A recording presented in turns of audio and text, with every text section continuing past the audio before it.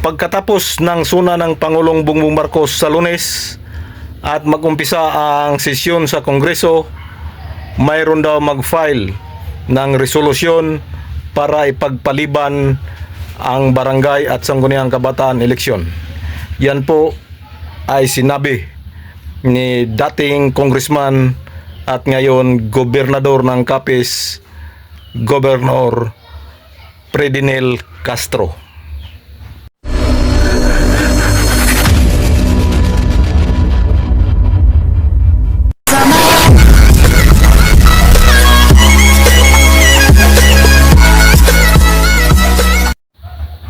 Hello!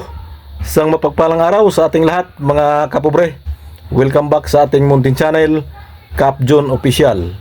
Araw ng Sabado ngayon at pizza benching ko na sa buwan ng Hulyo. Panibagong araw, panibagong biyaya, panibagong pag-asa, panibagong lakas, and panibagong vlog mga kapobre. For today's vlog, update sa barangay at SK election. So kahapon ng ating upload ay patungkol doon sa babanggitin daw ng Pangulong Bongbong Marcos ang barangay at sangguniang kabataan postponement sa kanyang suna sa Lunes.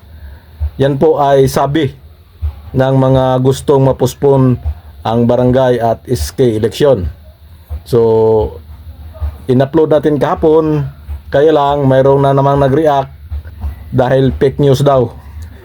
Hindi po fake news yan, yan po ay base sa mga comment na ating natatanggap pag sinabi nating tuloy ang barangay at SK eleksyon. Sinasabi nila na postpone daw dahil babanggitin ng Pangulong Marcos sa kanyang suna na postpone ang barangay at SK eleksyon. So yun, ginawa natin ng content.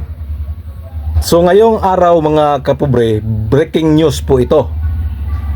Ang dating congressman at ngayon ay gobernador ng Capiz na si Governor Fredinel Castro. Kung natatandaan nyo, siya po ay dating congressman. Magaling din to na congressman. At siya mismo nagsabi na abangan daw yung suna ng Pangulong Bongbong Marcos ngayong Lunes. Hindi naman niya diretsahang sinabi na babanggitin ng Pangulong Bongbong Marcos ang postponement ng BSK, pero maliwanag ang sinabi ni Governor Castro na pagkatapos daw ng suna ng Pangulong Marcos ay magsisimula ang sesyon ng Kongreso. At doon po tiniyak niya na mayroon daw magpasa ng resolusyon sa pagpapaliban ng barangay at sangguniang kabataan na gaganapin sa November 2, 2026. Yan po ang sabi ni Governor Castro mga kapobre. Hindi siguro yan fake news dahil alam naman natin yung mga politicians, lalo na dating congressman itong si Governor Castro, ay maroon yan mga kaibigan, mga kumpadres na mga congressman. Baka may nag-rely sa kanya ng impormasyon. Kaya sa isang pagtitipon ay in-announce ni Governor Castro na mayroon daw magpasa ng resolusyon sa pagpapaliban ng barangay at SK eleksyon. So yan, nabuhayan na naman ng loob ang gustong mapospon ang barangay at sangguniang kabataan eleksyon. At para klaro, at masuportahan natin tong ating sinasabi, baka naman sabihin na namang fake news to.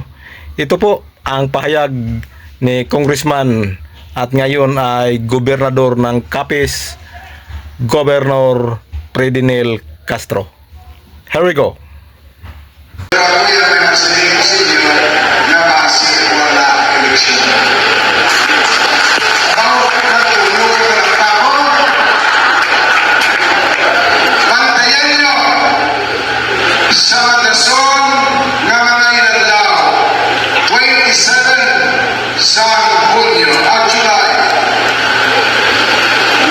Zona, Presidente, kapag kalapos sa iyong zona,